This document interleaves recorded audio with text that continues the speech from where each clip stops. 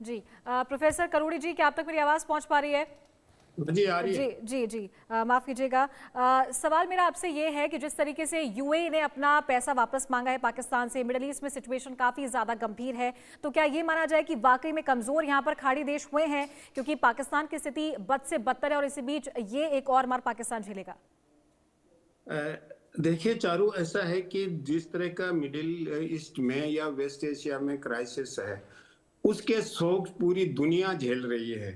Asia ही नहीं, Africa के देश भी झेल रहे हैं, यूरोप के देश भी झेल रहे हैं और अमेरिका पे भी बहुत ज्यादा असर पड़ रहा है। बिल्कुल। और किसी भी देश की अर्थव्यवस्था का ये कोई बहुत बड़ा इंडिकेटर नहीं है कि उस पे कितना ऋण है, कितना उन्होंने उधार ले रखा है। अमेरिका पे बहुत ज्यादा ऋण है, जापान पे बहुत ऋण है। अर्थव्यवस्था की मजबूती कितनी है ये दूसरे इंडिकेटर्स पे डिपेंड करती है। और दूसरे इंडिकेटर्स ये हैं कि आप अपनी वित्तीय स्थिति को कैसे मैनेज करते हैं, अर्थव्यवस्था को कैसे आगे बढ़ाते हैं, ये इन चीजों पे डिपेंड करती है। और इसीलिए जो वेस्ट एशिया के कॉन्फ्लिक्ट के शॉक्स हैं सब कंट्रीज में एक जैसे नहीं है।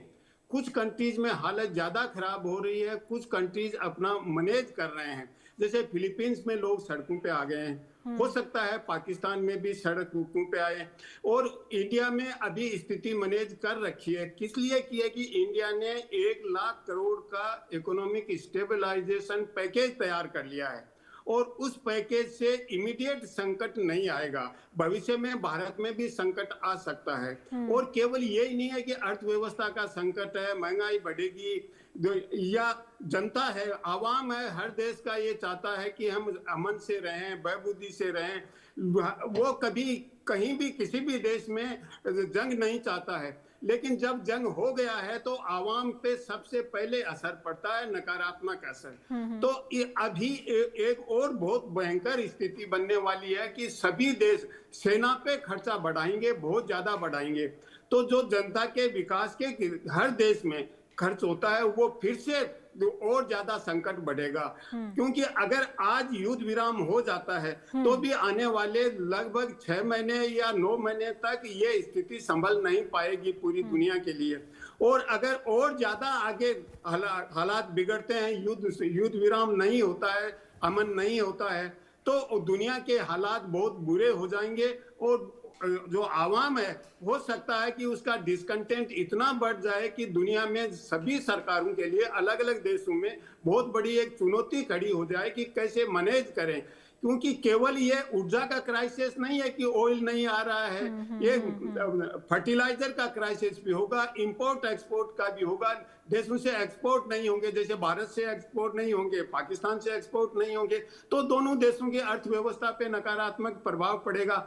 और इसीलिए जो हम इंपोर्ट करते हैं केवल एनर्जी नहीं है, दूसरी चीजें भी इंपोर्ट करते हैं, फर्टिलाइजर भी करते हैं, पाकिस्तान भी इंपोर्ट करता है, तो सभी पे नकारात्मक प्रभाव पड़ेगा। लेकिन पाकिस्तान ऑलरेडी अफगानिस्तान से उलझा हुआ है। पाकिस्तान में बलूचिस्तान में जिस तरह का इंसर्जेंसी है या टीटीपी जिस तरह से कर रहे हैं, तो पाकिस्तान की हालत कहीं और हालात बिगड़ सकती है। क्योंकि जब अर्थव्यवस्था संकट में होती है और जब समाज में कुछ सौहार्दपूर्ण वातावरण नहीं होता है, एक तरह का इंसर्जेंसी होती है, तो वो डबल काम करती हैं, नुकसान करने को, समाज में अव्यवस्था फैलाने को। तो कहीं ये तो निश्चित है, अशरफ भाई भी मेरे से एग्री करेंगे कि पाकिस्तान की चुनौतियां भारत से कहीं ज्यादा हैं। अब पाकिस्तान मैनेज कैसे करे, मुझे नहीं लगता पाकिस्तान ने कोई इकोनॉमिक स्टेबलाइजेशन फंड तैयार किया है जिससे बिजनेसमैन को भी रिलीफ मिले, जिससे कॉमन मैन को भी, आवाम को भी रिलीफ मिले। तो आवाम को या जो बिजनेस करने वाले हैं उनको किसी न किसी तरीके का रिलीफ देना सरकार का दायित्व है, नहीं तो सरकार के लिए बहुत बड़ी चुनौती हो जाती है। तो अशरफ भाई बताएंगे कि पाकिस्तान रिलीफ देने के लिए अपने आवाम को या बिजनेस को क्या कर रही है। क्योंकि अगर यूएई अपना पैसा वापस मांग रहा तो कोई बुरा नहीं, वो पैसा लेंगे, क्योंकि उन पे भी तो बहुत बड़ा संकट आया हुआ है और उनको भी संभलने में महीनों में नहीं, उनको तो सालों लगेंगे संभलने में। जिस दिशा में वो विकास कर रहे थे, वो विकास का केवल रुका ही नहीं है, वो इतना रिवर्स चला गया है कि दोबारा 28 फरवरी से पहले की स्थिति में आने में उनको कई साल लगेंगे। तो निश्चित रूप से जो वेस्ट एशिया के देश हैं वो तो सफर कर ही रहे हैं, लेकिन पूरी दुनिया सफर कर रही है चारों। इससे कैसे आ जाए, मुझे लगता है कि दुनिया की सरकारों को देखिए, आवाम कहीं भी जंग नहीं चाहता है, सरकारों को समझदारी दिखानी चाहिए, विजडम दिखानी चाहिए और एक सही तरीके से आवाम को रिलीफ देना चाहिए, उनकी बहबूदी के लिए इंतजाम करने चाहिए। ओवर चारू। बिल्कुल। अली अशरफ जी, एक छोटा सवाल है मेरा आपसे कि ये जो क्राइसिस है, फॉरेन पॉलिसीज को इसके लिए जिम्मेदार ठहराया जाए या फिर ये सिर्फ इकोनॉमिक है या फिर जो पॉलिटिकल इंस्टेबिलिटी है उसके लिए एक बड़ा कारण है? देखिए प्रोफेसर साहब की बात से मैं बिल्कुल एग्री करता हूं कि डेफिनेटली पाकिस्तान और इंडिया की अगर हम कंपैरिजन की बात करते हैं तो इकोनॉमिकली जो है वो इंडिया हमसे ज़्यादा स्टेबल है। उसके पास जो एनर्जी सेव करने की कैपेसिटी है या उनके पास जो रिसोर्सेज हैं वो हमसे ज़्यादा हैं। बट डेफिनेटली पाकिस्तान जो है वो एक ऐसी सिचुएशन में फंस गया है जहाँ पे उसके ऊपर सिर्फ इकोनॉमिकल जो है वो प्रेशर नहीं है, उसके साथ साथ उसके पास जो रीजनल जो उसका एक किरदार है उसका भी एक प्रेशर है उसके ऊपर। और डेफिनेटली उसका जो फर्स्ट इम्पैक्ट होगा ईरान वॉर का, क्योंकि हम नेबरिंग कंट्री हैं, हम बॉर्डर शेयर करते हैं उसके साथ हंड्रेड्स ऑफ किलोमीटर का, तो उसका जो ज्यादा इम्पैक्ट आएगा वो पाकिस्तान पे आएगा। और उसको किस तरह से मैनेज करेंगे, डेफिनेटली अभी जो गवर्नमेंट्स हैं हमारी वो कोशिश कर रही हैं कि जो हमारा मिडिल मैन है या जो हमारा जो मिडिल क्लास है हमारी या लोअर मिडिल क्लास है, जो पॉवर्टी लाइन के पास लोग हैं, उनके लिए जो है वो कहीं ना कहीं पे उनको जो है वो रिलीफ मिल रहा है, उनके लिए पैकेजेस का अनाउंसमेंट हो रहा है, और उनको जो एनर्जी में, फूड में, और इस तरह जो हमारे किसान भाई हैं उनके लिए भी जो है वो पैकेजेस जो है वो अनाउंस हुए हैं। तो ये सारी जो चीजें हैं, ये तो जो माइक्रो इकोनॉमिकल चीजें हैं वो तो हम कर रहे हैं। समय की कमी है, एक सवाल मैं करोड़ी जी से लेना चाहूंगी। सर, पाकिस्तान की जो इकोनॉमी है, क्या उसके लिए अब ये कहना ठीक होगा कि वो बाय डिफॉल्ट ही इस कगार पर आ गई है? तारू, मुझे कुछ सवाल पूछा है। जी करोड़ी जी, हाँ, रिपीट करो एक जी। मिनट। क्या पाकिस्तान की इकोनॉमी अब डिफॉल्ट के कगार पर आ गई है, तमाम जो सिचुएशन देखने को मिल रही है उसके आधार पर? देखिए, मैं ये तो नहीं कहूंगा कि पाकिस्तान की इकोनॉमी कोलैप्स हो रही है, पाकिस्तान का स्टेट कोलैप्स हो रहा है। एक नैरेटिव कुछ लोग बना रहे होंगे, ये तो मैं नहीं कहूंगा। पाकिस्तान एक सोवरेन इंडिपेंडेंट स्टेट है, लेकिन गवर्नमेंट को थोड़ा प्रोएक्टिव होके पाकिस्तान के आवाम को रिलीफ देने के लिए प्रयास करने चाहिए। क्योंकि मैं अभी मिडिल ईस्ट में था 2-2.5 महीने तक, और वहां बहुत से पाकिस्तानी साथियों से मिला, तो पाकिस्तान की सरकार को लेके उनके दिमाग में अच्छी इमेज नहीं है। देखिए, भ्रष्टाचार दुनिया की हर सरकार में है, हर देश में है, लेकिन पाकिस्तान में मुझे लगा, जिनसे मैंने बातचीत की, ये एक सामान्य इंप्रेशन है, कोई रिसर्च नहीं किया, लेकिन पाकिस्तान में भ्रष्टाचार कहीं बहुत ज्यादा है। तो वहां का आवाम मुझे लगता है कि त्रस्त है, कोलैप्स होने की स्थिति तो नहीं है। अगर वाइज पॉलिसी नहीं हुई तो पाकिस्तान के लिए संकट हो सकता है। और अगर दोनों मुल्क, हिंदुस्तान और पाकिस्तान, दोस्ती के साथ, अमन के साथ आगे बढ़े, तो मुझे लगता है कि एक दूसरे के लिए एक स्ट्रेंथ तो हो सकती हैं। क्योंकि अगर पाकिस्तान और हिंदुस्तान अमन से रहेंगे, कोई प्रॉब्लम नहीं होगी, तो ज्यादा डिफेंस एक्सपेंडिचर की नहीं होगी, तो डेवलपमेंट एक्सपेंडिचर की तरफ जान होगा, डेवलपमेंट होगा, तो आवाम को रिलीफ मिलेगी। पॉवर्टी की स्थिति, मुझे लगता है कि जिस तरह की के डेटा मुझे मालूम है, पाकिस्तान में भारत से थोड़ा बदतर स्थिति है। तो पाकिस्तान अपनी इकोनॉमी मैनेज करना काम तो उनका है, लेकिन अगर ज्यादा अच्छा करें तो आवाम के लिए अच्छा होगा। अगर कोई भी देश, किसी का भी पड़ोसी हो, अगर वो अच्छा परफॉर्म करता है तो वो अच्छा होता है। कि अगर पड़ोसी की बहबूदी है, पड़ोसी प्रोग्रेस कर रहा है, तो ये तो अच्छी बात है कि भारत प्रगति कर रहा है। समय की